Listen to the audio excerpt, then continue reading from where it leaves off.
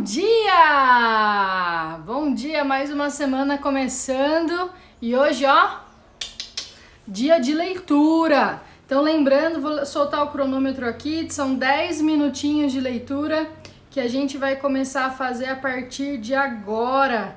O que a gente faz aqui? Quem não viu, volta uma live e assiste a live, o primeiro capítulo que a gente assistiu, que a gente leu do livro Pare de Falar e Comece a Fazer. Então, bora continuar. As coisas já estão mudando.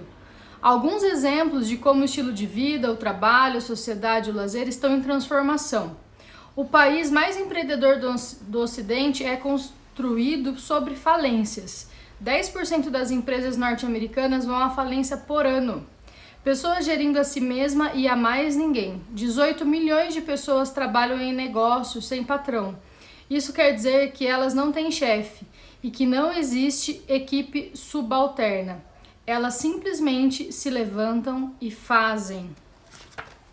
Então, aqui interessante isso, né? Pessoas escapando dos cubículos diariamente. 13,5 milhões de pessoas trabalham remotamente todos os dias nos Estados Unidos. Isso antes da pandemia, tá, galera? 33,7 milhões de pessoas trabalham remotamente ao menos uma vez por mês. É da fonte Telework Trendlines 2009, tá? Então, tá bem atrasado esse aqui, mas é um livro, né? Pessoas escapando do cubículo por longos períodos de tempo. Mais de 20% das empresas oferecem um programa de licença que permite aos funcionários usar períodos de tempo significativos para ir atrás de interesses pessoais, isso lá nos Estados Unidos. Muitos começam do mesmo lugar. Estima-se que em um ano, cada 8 profissionais norte-americanos foi em algum momento funcionário do McDonald's. Bom dia, Thaís. E muitos não. Ser diferente está se tornando a nova norma. Em estudo referente a 2011, 34% da população da região metropolitana de Londres nasceu fora do Reino Unido, isso é, acima dos 27% de 2001. Há pequenos negócios em todos os lugares. 2% dos empreendimentos do Reino Unido possuem pelo menos 50 funcionários. 88 possuem menos de 10 funcionários. Você viverá mais, então faça algo que goste. Então a gente tem aqui uma tabelinha que em 1930 a média de idade era de 58 anos e 61 para mulheres. 2007, que é a última tabelinha aqui da vida dos Estados Unidos, tá, pessoal? Subiu já para 75. Existem muitos de nós por aqui. Cerca de 7% do total das pessoas que já existiram estão vivas hoje. Ou seja, o mundo está mudando. O habitat predominante na população mundial é a cidade, porcentagem da população que vive em cidades, né? E ainda assim, há quem queira fugir da selva de concreto e cultivar a própria comida, mas às vezes eles têm que esperar.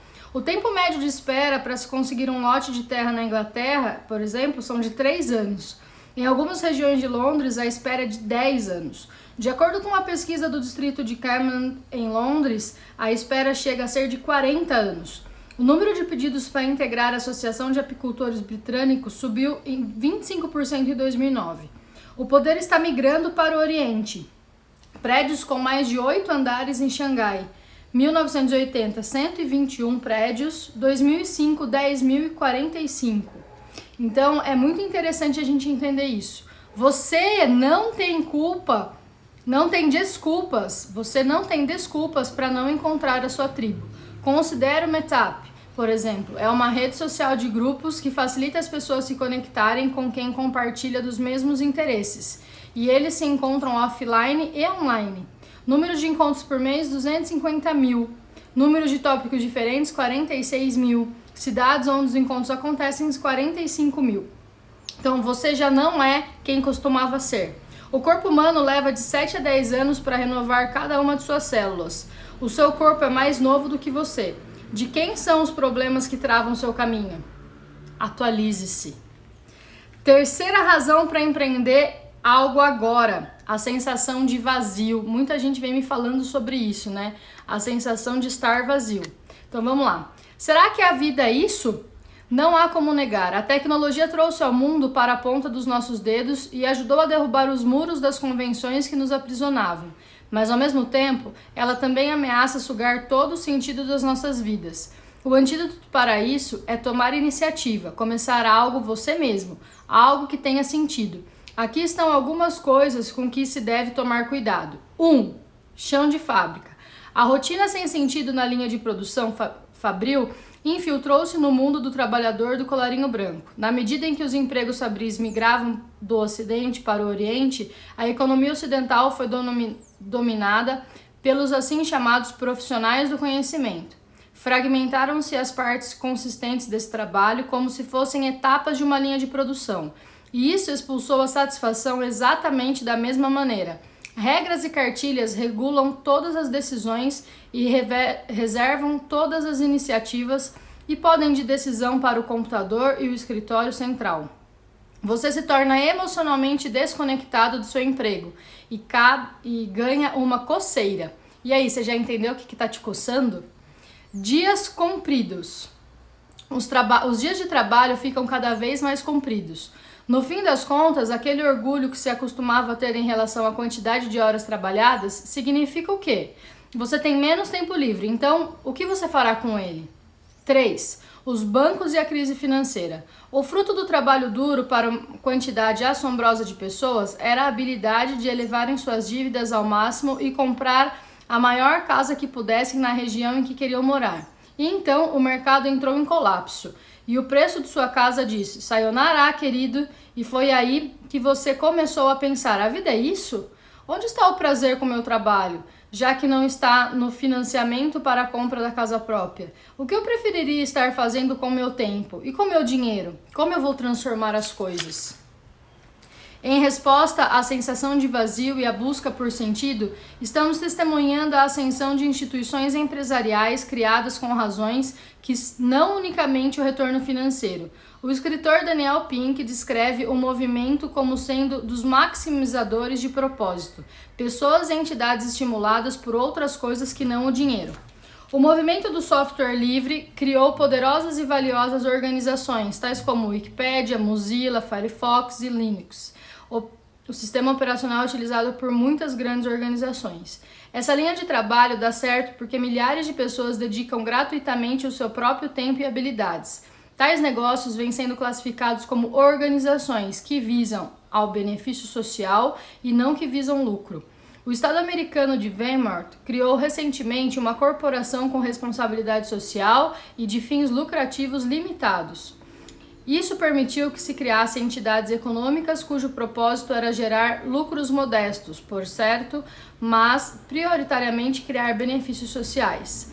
Veja da seguinte forma, o direito empresarial geralmente requer que os negócios sejam abertos com o propósito de aumentar os lucros em prol dos acionistas. Agora, esses negócios podem ter outros propósitos, consagrados por lei. Vencedor do Prêmio Nobel, o economista Muhammad Yunus foi o criador do conceito do negócio social. Em vez de serem pelo lucro, essas empresas seguiam pela não perda. Elas têm de ser economicamente autossustentáveis, mas não são criadas para dar lucro aos seus fundadores, e sim para promover alguma melhoria social. Isso não quer dizer que buscar lucro seja algo necessariamente ruim, de maneira alguma. Mas essa tendência mostra uma apreciação crescente de que as pessoas podem sentir-se tremendamente motivadas e recompensadas pelo sentido intrínseco do que elas fazem, e não apenas por um plano de retorno financeiro. Está esperando por um lote urbano de terra para trabalhar antes de começar a esperar para deixar a cidade e cultivar suas próprias hortaliças em seu jardim? Não aprisione os seus sonhos à espera. Bota a mão na massa. Comece. Quarta razão para empreender agora, o barulhinho do relógio. Tic-tac, tic-tac. Uma coisa a tecnologia não alterou, você não viverá para sempre. Pode ser até que viva um pouco mais, mas esse é mais um motivo para começar a investir na vida que você quer e não somente nessa que você tem. Outra coisa que a tecnologia não alterou, clichês sobre a passagem do tempo. O fato é que clichês e truísmos atravessam gerações por algum motivo, e as areias do tempo seguem se esgotando, até mesmo quando você virar essa página. Vamos em frente. Tac. 106 bilhões de lições sobre por que o agora é o momento certo para começar. 100 bilhões e aumentando, número estimado de seres humanos que já morreram na história do universo desde o início. 6,8 bilhões é o número total de seres humanos vivos hoje, que é o período mais populoso da história do mundo até agora.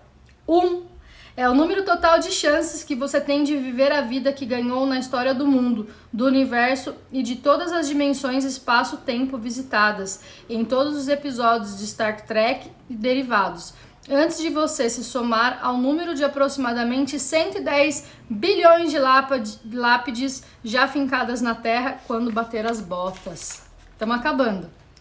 Dentro do ringue, 2 sujeitos lutam por seus próprios sonhos. Ambos ousaram grandes proezas e ambos tiveram histórias incríveis para contar. E fora do ringue, há centenas de rostos anônimos assistindo as outras pessoas lutando por seus sonhos. O sentido? Você não quer ser um rosto anônimo no meio da multidão da sua própria história de vida, quer? Seria uma vida de arrependimentos. Que tal você enfrentar os seus medos e subir no ringue? E aí a gente acaba a nossa parte de leitura hoje. E é muito interessante a gente fazer essa analogia. Quem é você na fila do pão? Você está entrando no ringue lutando pela sua vida ou você está simplesmente de fora assistindo os outros lutarem? E pior que isso, você está julgando quem está lutando. Olha que reflexão interessante para a gente começar a semana, principalmente uma semana que a maioria do Brasil está fechando. Hoje é dia 15 de março de 2021. Então é muito importante a gente pensar nisso. Você tá de fato no ringue, tá na arena, tá pondo a cara a tapa, fazendo aquilo que faz sentido pra você?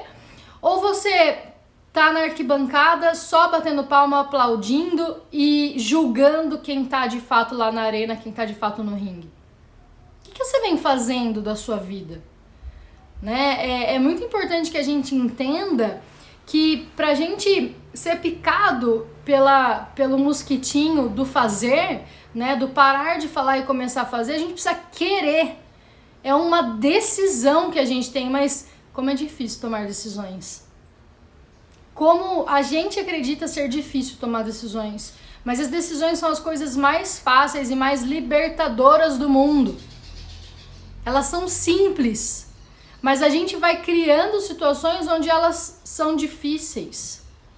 Quando a gente decide algo é porque a gente está de fato conectado com aquilo que é mais importante pra gente, que eu venho falando sempre aqui, que são os valores inegociáveis. Então é muito, muito importante que você comece a pensar nisso. E se você não assistiu a primeira parte da leitura desse livro, vai lá no IGTV, tá escrito Pare de Falar e Começa a Fazer, assista, leia. Nós vamos fazer toda segunda-feira de manhã, nós vamos fazer 10 minutinhos de leitura, porque assim a gente começa a pôr esse hábito na nossa vida, que faz diferença na minha vida e com certeza vai fazer diferença na sua vida.